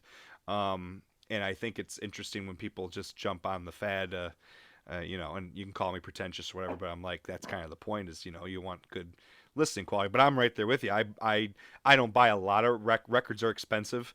It's an Yeah. expensive habit. I do have, you know, a nice little collection, and you know, I got my record players right here next to me, and I enjoy listening to music when I can. And for me, it's an experience, you know, because I Yep. love opening it up. You get the artwork, you get booklets and stuff, and then the experience of sitting down and having to physically, you know, take it out, put it on the turntable, set the needle, you know, clean off your record to get, you know, fuzz and stuff off and flip it over. So it's kind of like an engaging experience to listen to your music that way. And I do, like you said, I like the convenience of streaming music as well. And you can listen to as much as you want to see if you Yep. want to buy something, you know, if you do like something. And I'll jump into our next topic here because I kind of mentioned it. Have you, cause so I've gone to Record Store Day. Record Store Day, if you don't know what it is a worldwide event that's been going on for, I think, 10 years now, maybe close to 12 years. You can check out their website. There's a recordstoreday.com. And if you don't know what it is, essentially this company created it as a way to help bring vinyl back. And in essence, it was a big part of the movement to the resurgence of vinyl over the last 10 years. Um, and basically, artists from around the world come together and put out special, limited, or new or never before done releases and deluxe versions of you know their stuff on vinyl, and it's released to all the record stores around the country. They have to order, each store orders what they want for their customers. And I've gone, this was my third time going. COVID year was a little weird. They split it up into 3 drop dates this year because of COVID. Have you done anything with Record Store Day? Have you gone and participated? I'm not sure if I've talked to you about that before. You know, for how much I love music, I don't think I have participated. Is when is the specific? It's usually around the same date April. every year. It's April. April Okay. every year, and this last year with COVID, they ended up postponing it to the fall, and then to avoid huge crowds, they broke it up into 3 drop dates. So they had it in August, September, October. I went to just the August drop date Yeah. because some of the stuff I wanted was being dropped in August. Yeah, typically I would be down for that. I think I've always heard about it. I just never really dived into it. I think now knowing about, I always knew that there was exclusive content that artists brought out, whether it was like B sides that they typically are rare to find. Oh yeah, You know, but and they're I think usually it's like sometimes it's like really limited. Like they'll release like yeah, 700 copies of something, so it's yeah. pretty cool. There's just kind of an excitement, usually a buzz to it. Yeah, I think it's great. I think it's a great idea to get that surge, like you said, for vinyl records to, you know, be Hmm. more popular again. But Well, and you know, it's great for independent record stores too, because yeah, that's I've gone to the same. I go to the Record Lounge in Rio Town, South Lansing every year. Heather, who owns the shop, I always love supporting her, so I always go to her shop. great for local business. I mean, whatever Absolutely. you can do to help out, you know, your Hmm. community, that's the biggest thing. But yeah, I definitely plan to dive more into it in the future. That's for Well, sure. shoot, man, I gotta invite you next year because Yeah, Pat has been in Grand Rapids, and we're actually gonna talk about that in just a moment here. But so I haven't had a chance to go with you, but maybe we'll have to plan that for this next. Hopefully, I don't know if they're gonna have it in April. I haven't looked. I'm assuming they will. I think they're still planning on having April this year. Last year, just obviously with COVID, got kind of messy. So we'll bump into our last conversation here with the music topic before we talk about Pat's music. So I want to kind of run through this quickly as much as we can. You know, if we discuss things a little bit, we will. But I texted Pat earlier this week and asked him some of his favorite albums of the year. 2020 obviously was kind of a mess with movies, as we've already talked about. But there was a lot of great music. Obviously, with yeah, music, you know, with streaming, you don't really have a lot of limitations, especially if artists already had things recorded. But now it's far easier than ever for artists to create, record, and drop music. There's so many platforms and so much technology. So there was a lot of great stuff that managed to come out. I personally, I think I told Pat I listened to close to 100 albums. I'm a big fan of listening to music when I'm driving, when I'm doing chores, when I'm working, doing emails. I'll yep. just throw on an album and listen to it. When I'm doing that, working out is another one, you know. So I'll have Pat go first here. I thought you could, if you have any honorable mention, do you have any honorable mentions you want to mention first? No, I usually just I think I have like the top 10 ideas. You know, obviously I think the biggest thing with Spotify is a lot more singles and kind of like yeah, we had top albums of the year, but one thing about Spotify is they have like the playlist of the year, all your popular songs that you've listened to Mm-hmm. throughout the year. They kind of built into one big playlist. I think that's pretty cool. And just the singles. I mean, you discover a lot of artists throughout the year as well. But See, so you're yeah, I'm an Apple Music guy, and I had Spotify at one point in college on a free trial basis, and then I got an Apple Music, and both I've enjoyed using both when I've used both. I'm just at this point I'm used to Apple Music. I don't really have a bone Yeah. to I don't have a bone to pick with either one. At the end of the day, way to listen to music. Whatever's your Yeah. preference, you know. I mean, I grew up with. I think my first music thing I had was an iPod Nano, and that was Yep. like, you know, I had the back in the day where you iPod buy Mini, I think, was the first back one in I the had. day we could buy a song for 99 cents, and then Oh it yeah. gradually went to $1.29, and then streaming Yep. came out, and Yep, I so know it's kind of fascinating. We've kind of grown up. I mean, I remember as a kid, um, Pat and I were both born in 1992, so I'm sure you remember too. Cassettes and CDs kind of both being used frequently in the 90s, and my parents had records. They showed my brother and I used the record player, and then we grew up with iTunes and in the digital age and buying music, and Napster now and yeah, all yeah, that. illegal downloads and stuff. Yeah, It's been interesting to see how that's changed. So what do you got? Do you just have a top 10 then? yeah. I just have a top 10. All right. So what we'll do, this is what we'll do here. So I have I always go overboard with stuff like this. So of course, being me, if you know me, I went overboard. So I'll kind of rattle off. I have a top 25. So I'll rattle off my 11 through 25 here real quick. Yeah, And then Pat and I will jump back and forth. He'll go 10, I'll go 10. We'll go like that. All right, so here's some albums to check out. These are, I like I said, I listened to about 100 albums. These are my 11 through 25 going backwards. So number 25, TK Maidza, Last Year Was Weird, Volume 2. Check it out. 24, Juice World, Legends Never Die. 23, Charlie XCX, How I'm Feeling Now. 22, Chris Stapleton, Starting Over. 21, Denzel Curry and Kenny Beats, Unlocked. 20, Natalia Lafourcade, Un Canto por Mexico, Volume 1. Great Mexican folk singer. Definitely check that one out. Blue in Exile, Miles, great jazz rap album. Sufjan Stevens, The Ascension. I've never been a big Sufjan Stevens fan. I like his stuff, but this album really hit me. Code Orange, Underneath, number 17, a heavy metal album. I'm always hit or miss with heavy metal, and I really like this one. Dua Lipa, Future Nostalgia. Dua Lipa is dude, huge. I Her stuff in the pop it's music world right now crazy. gets She's better and huge. better. Tame Impala, number 15, The Slow Rush. Mac Miller, rest in peace, man. I still Yep, am so sad that he's gone. His last album yep. was Incredible Circles. I have that at 14. Lady Gaga came back with an album that I really enjoyed, number 13, Chromatica. I liked that way more than I thought I would. Number 12, I think Pat's got this one on his list. Is it Haim? Yeah, Haim? yep. Haim? Heim. I've Yep. never listened to much of their stuff, and I loved their new album, Women in Music Part Yeah. 3.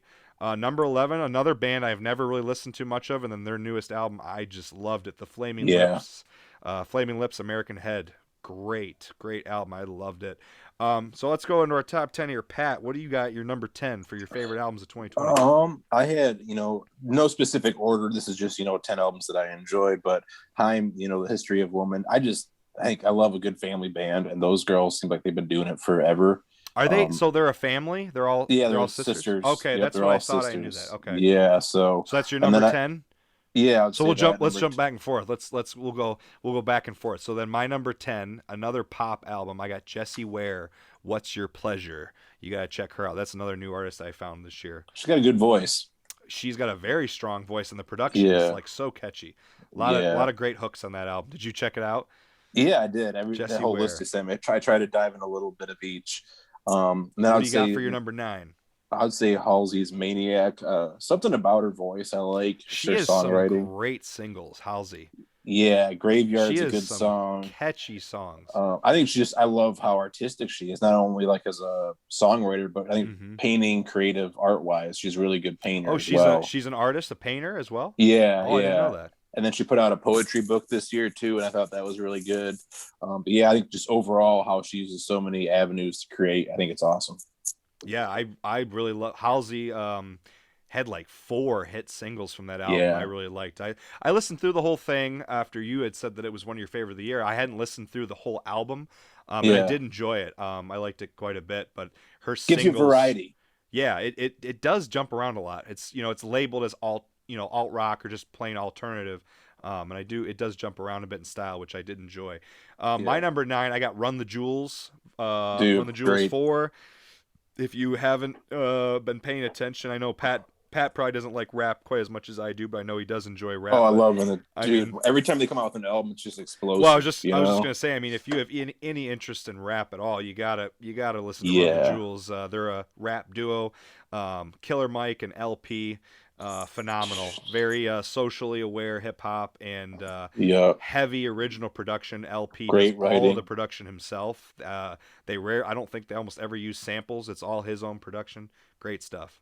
Yeah, that's great. I'll go with I put Taylor Swift's Folklore. I mean, I know a lot of people probably look at what I post for Taylor Swift, and she's pretty huge. But I think what I like about her most is just her She writing. did two albums this year, right? Yeah, she put I out didn't get a two chance to listen albums. to her second one. I liked stuff off of her first one, but I didn't get a chance to listen to the second I one. think what I Because liked about her most Folklore is was the first one she put out, right? Folklore, and then Evermore came out at Okay. the end of the 2020. Mm-hmm. I would say Folklore is probably the stronger one between the two, but I think she teamed up with the producer of the National band. I don't know if you're familiar with Mm-hmm. the National, and she kind of got that vibe there. But I think the biggest thing is her writing. I think her drive. I admire artists who just can't sit still and needs to create always. I feel like that was Absolutely. kind of where she was at, where she just was restless. Mm-hmm. So I think that's the biggest thing is just her writing and just how the fire she has. I think it's Absolutely. pretty, yeah, My pretty good. next one, I got number 8. I got Rina Sawayama with her album Sawayama, and she's another artist that is hard to label. I got a few artists I get into my top 10 here, very hard to put a label on. But Rina Sawayama, I guess you could call her rock, pop, even some influences with rap and industrial. She's very very interesting musician. Rina Sawayama, gotta check her out. What do you got next? I would say Need to Breathe Out of My Body. I'm really not big into, Christian type music. I don't want to label it Christian. I'd probably say like alt rock, but they Mm-hmm. definitely dabble with, I would say them and Switchfoot are probably two of the bigger Christian type bands that I will listen to. It's just great songwriting, the way they develop their, album. I saw them live at the Intersection a while back. Oh, did Just you really? overall, yeah, just overall good rock, I would say, rock folk group, really. Nice. Yeah, I did listen. I got a chance to listen through that album too, and I did enjoy a lot of stuff on that one. My next one's another very weird one, and Pat had texted me. He goes, "Man, this one's weird." Poppy. I disagree, and I had never heard of her. I found her off of YouTube. Someone had recommended. She is actually a YouTuber. And dove into music. This album is wild. Yeah, It's another it's one that you nuts. can't label. It like jumps from heavy metal to pop to rock to like industrial music to it is a very weird abrasive album. And it jumps all over the place. If you're looking for something weird, abrasive, and loud and catchy, Poppy, I disagree. You gotta check it out. Yeah. All right. My next one, I would go with, Kid Cudi, Man on the Moon 3. I feel like I had that very close to jumping on my list. I really liked that one as well. I think he kind of went back to his form. I know us in high school, we had Man on the Moon and then Man on the Moon 2 when those two came out, Oh kind yeah, I of love those two. junior, senior year. And Hmm. I think he kind of dived off and kind of, tried to explore different avenues with, the way he sounded and whatnot. But I feel like this was kind of back to his normal form. It starts off strong, and I just, you can't go wrong with Kid Cudi, man. Absolutely. He's his own man. My next one, my number 6 here, I got Black Dress is a Canadian electronic noise pop duo that broke up after this album. This is their only album. They dropped it. They got into some huge social media thing with fans. Who one of the songs, one of the members of the group, the song was a story about her being raped, and fans were making like versions of the song like dishonoring the song on TikTok, and so they got furious and they called it quits, and they took all of their music off of streaming. The album is only available now on Bandcamp. So Black Dress is Peaceful as Hell is the name of the album. It is another one that's wild. It's listed as noise pop music, electronic. It is very aggressive, very weird as well, and I loved it. I'm very sad to hear that happened to them. Yeah, it's unfortunate. Yeah, very sad. I would say I think I have nine, not 10, but it is what it is.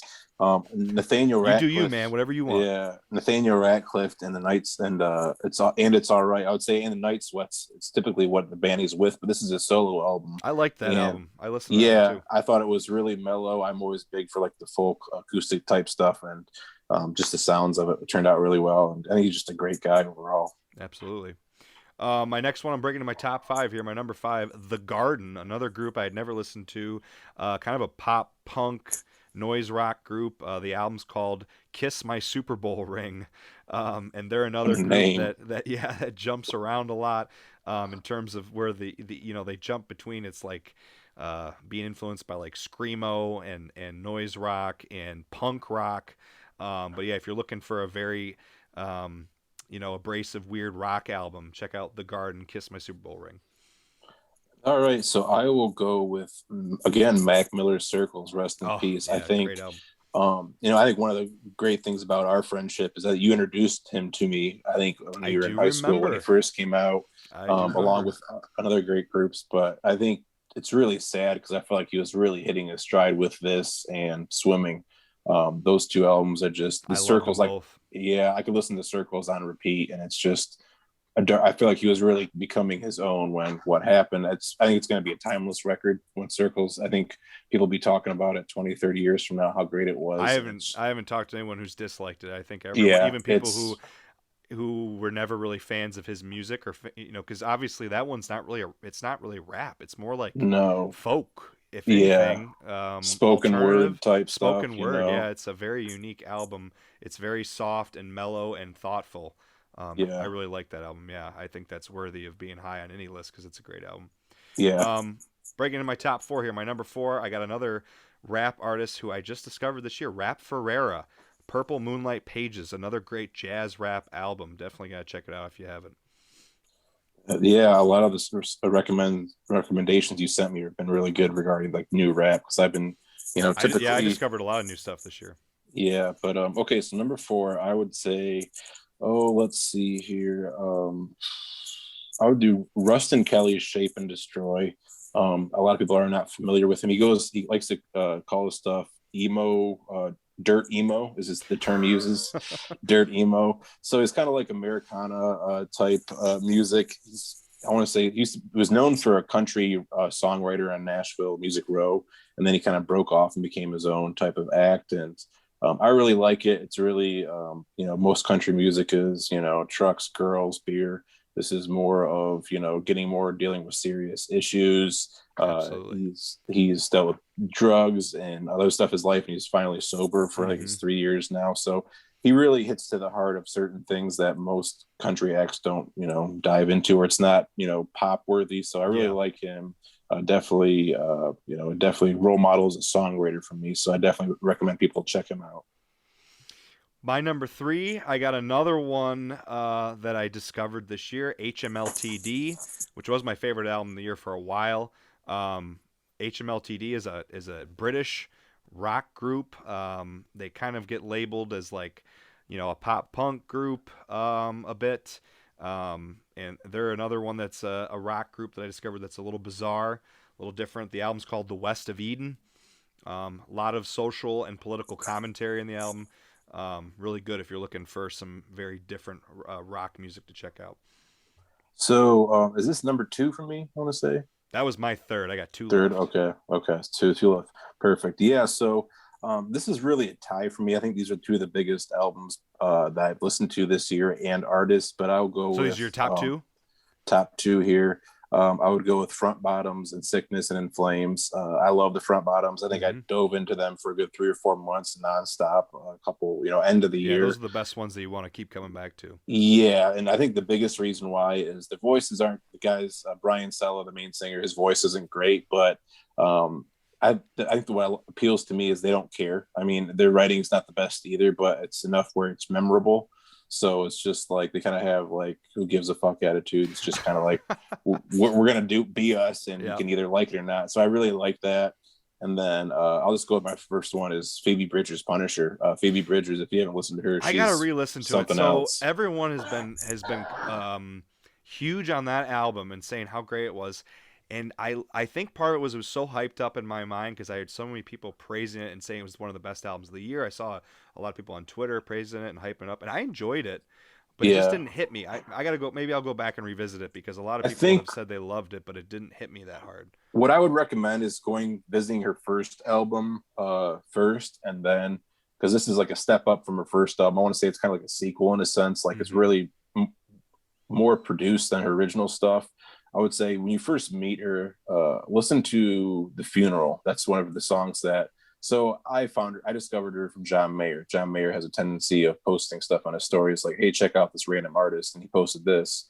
And so I checked it out. And it's really like serious writing. Like if you're kind of uncomfortable with talking about death and, more serious Very topics, dark and contemplative, and dark, ominous, type things, then but that's what she is, and that's what her writing hmm, is. She kind of cuts to the point, and I like that a lot. yep. So I can't remember what Strangers in the Alps is her first album's name.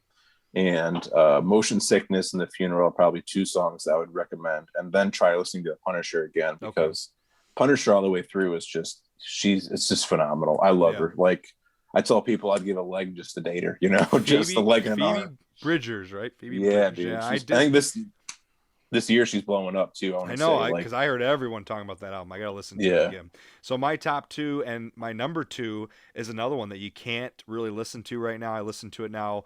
I downloaded it. She made this album available for free on Bandcamp. It got pulled because of sampling issues.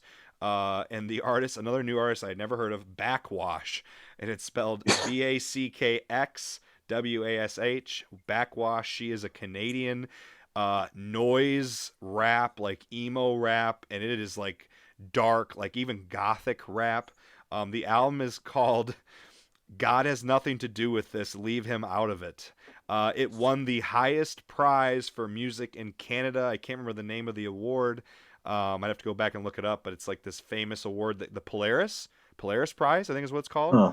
It's a like the best music in Canada that they award some body awards every year, and she won it for this album. But again, it got pulled off of streaming because of sampling issues. She samples an Ozzy Osbourne clip in one of the songs, and that had sampling problems with Black Sabbath's company, with their label. But you can get it for free. She made it available for free on Bandcamp. I downloaded it. I got it for free. It's a very short album. It's like 20 minutes, 25 minutes. Really? How many Uh, songs? 8, I think. Some of Okay. them are like a minute. It's really short. But I would label it as like gothic rap. It's like a lot of heavy metal samples, really dark, eerie rap music. It is wild. And my number one of the year is also a very wild noise rap group, industrial rap group. Any fans listening who are fans of David Diggs, who played Thomas Jefferson and Lafayette on Hamilton, this is his rap group. So he's a member of a three-person rap group called Clipping, and it's stylized all lowercase and ends with a period. Their new album, Visions of Bodies Being Burned, is my favorite album of the year. Very disturbing, almost cinematic album with some of the lyrics. I mean, he's Yeah. got this very eclectic, ambiguous, bizarre lyrics. If you've seen Hamilton, you know that he can rap. He's got a lot of rapping scenes in Hamilton.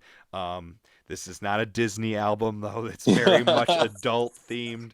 The production is all done in house. The two other members of the group do all the original production, and it's very much noise and industrial rap influenced.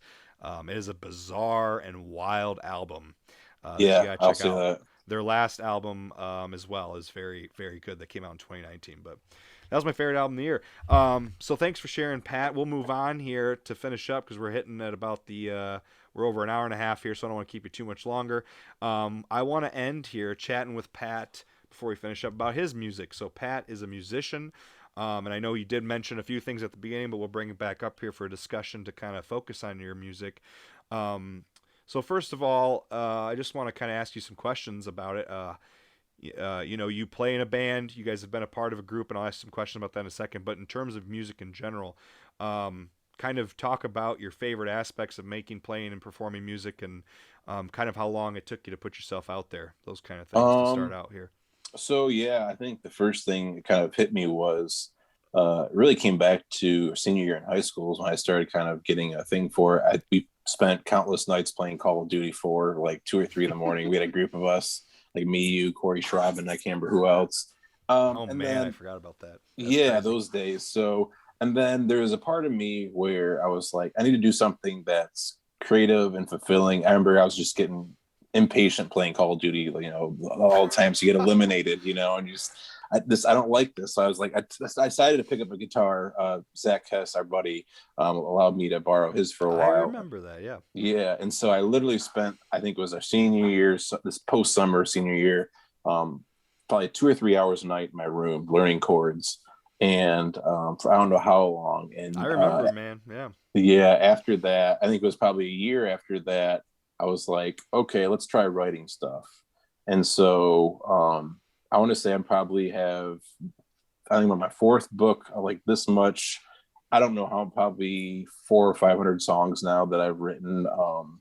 And to me, they're stepping stones. I want to say probably a percentage of those that are decent quality songs, probably 25% or less, nothing too crazy. But songwriting is one of those things where, just like any other skill or, talent you do, it's something you got to work on constantly.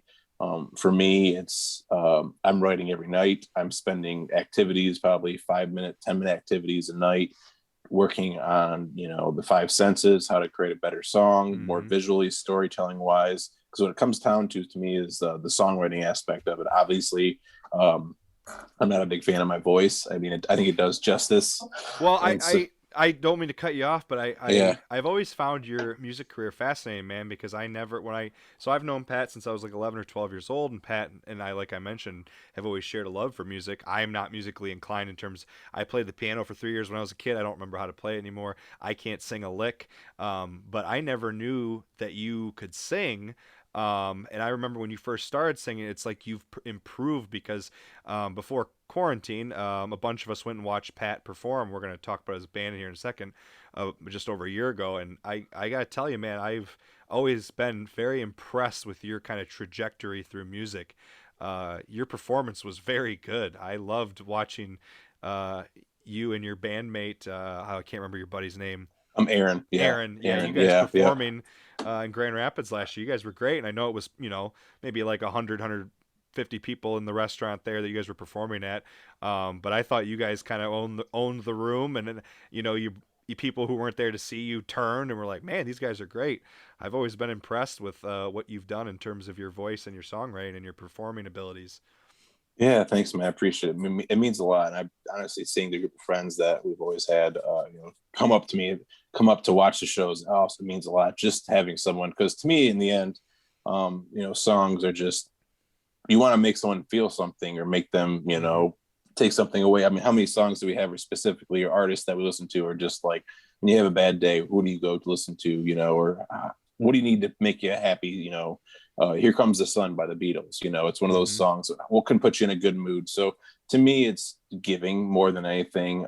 I love writing a song. When I know I wrote a good song, it's whether it comes in like a half hour or take all day to do it. Mm-hmm. There's no better feeling. I mean, you can get drunk, you can, do other things that get that specific feeling. But when you write a song and knowing that you created that and you have confidence in that song that you wrote, oh man, it's just, on top of that, playing it with people, I mean, playing it with a group of people, it's just, there's no other feeling I can describe it. It's like, I'm sure for you, playing a football game, back at Hillsdale, or Mm-hmm. when we played football, that feeling that you have, that adrenaline rush, it's Oh yeah. just, it's a beautiful thing. And I just try to share the happiness at this point with other people, and hope that people enjoy what I put out. And you know Yeah, man. So that will kind of lead me then to the next question here. So, do you want to talk about your band a little bit? How it came yeah, about, so the name of the group, how it came about, and yeah, what's so going on? I met Aaron at Ferris, in my same program that I was in. We were in a group called Heavy Tea and the Woodies. It was a full band. Um, Basically, after that, I moved down to Nashville to pursue an internship. Came back to Grand Rapids a couple of years later, and Aaron was still there, and we decided doing this duo. And we came up with the name. We were up at our buddy's cottage, and we were like, okay, we have these videos here we're going to put out. What's our name? And I looked up around the trees, and I'm like, why don't we just call ourselves between the pines, between, something like that. And so it just clicked after that. And try to go for like a folk rock alternative type vibe. But we've been doing that for a couple of years now. Actually, about Has a it been year about ago, 2 years, 3 years? probably three or Yeah. 4 years now. I've been in Grand Rapids I since know it doesn't feel like the 16. last years existed. It's like we gotta remember to add the last year in there because Right? the last year, for Yeah. anything we talk about, it doesn't seem like it's It's real. but February of last year we went to the studio and we recorded an EP, and that's all done. It's shelved right now because Yeah, so that was um what I was going to ask you, kind of what's going on currently with the group. yeah, so I we have this remember I EP. remember a year ago you guys were recording that EP. Yeah, we have 4 songs that we recorded. It's mastered, or literally everything to put out on streaming services. But we just want to find an opportunity to do a release show, do something formal So about you're it. you're waiting until you can do something special. Yeah, play it Gotcha. live Okay. for people and That'd be whatnot. cool. So, and then obviously put it all on streaming services and whatnot. And just because you don't know how many times you go to an open mic or something, people are like, "Hey, where can I listen to your stuff?" And you're just like, you don't want to go to YouTube or something like that. You want to have streaming services the most accessible, form of listening to music these I feel days. like nowadays it's not that hard to get your stuff on there, right? As long as you Yeah, have a way of doing it. yeah, you need a distributor, which is like a fee for something, and then they put it out there planning accordingly. But yeah, I mean, we have it ready to go. It's just waiting for COVID to resolve itself, and so we can start playing live music again. So, do you have anything kind of any current tentative plans pending or anything in terms of shows or getting together? And nothing right now, man. It sucks. I mean, it's one of those where I haven't practiced with Aaron in I don't know how many months, but for myself, I'm still doing what I have to do on a daily basis to be prepared for the situation. Biggest thing is being an outlier. You want to prepare yourself. You want to, make sure you put the time in. What I've been thinking, it's kind of like I've developed a Mamba, as in, rest in peace, Kobe. His mentality with the Beatles, how they resort to 10,000 hours. You can't perfect something in within the 10,000 hour realm. So to me, that's why I'm always spending. Like that saying, yeah. So that's why I always spend. Like I tell people, I don't really finish work until like 9 o'clock at night. Then I give myself an hour because I work out, and then I'm eat quick, and then I'm up in my room doing whatever I have to. Love, what you're passionate about. Yeah. So, but yeah, until that happens. But right now, I wish we had plans. I wish we had, but it's all up in the air until. Have you guys been chatting? You and Aaron been chatting a little bit on like, yeah, trying to figure out what you can do tentatively, or are you just kind of waiting until things can open up? Because Pat, I did get to see Pat and his band Between the Pines perform more than once now in Grand Rapids, and most of their performances have been at some of the big breweries over on the west side of Michigan and Grand Rapids. Founders has a huge music scene. Founders obviously is known around the country, and their main location in Grand Rapids, they always have live music and huge crowds. I know you guys perform there as well. So until things are completely open back up, it's all up in the air. I mean, we don't want to. I think until everyone gets their vaccines and whatnot. I mean, it stinks, but we'd rather be safe than sorry, And so, I think like that's how the whole music scene is entirety. Like how many people are out performing right now, or where shows are at nothing. So just basically just be patient and be ready. So that's where we're at. So, well, to kind of wind things down here, is there anything else that you want to plug in general, or anything related to Between the Pines that you want to plug? Obviously, I'm going to put links to Between the Pines has a Facebook page. They have a YouTube page, and I know you do put a lot of stuff on social media, so I will be putting all of Pat's information in the description box on YouTube, and then when I share this out as well. So if there's anything else you want to plug, this is your time. Plug. I would just say, Instagram is really the main thing. I'm slowly getting into TikTok, just Patrick M. Hamlink. TikTok's really where artists are getting discovered now, which is pretty crazy.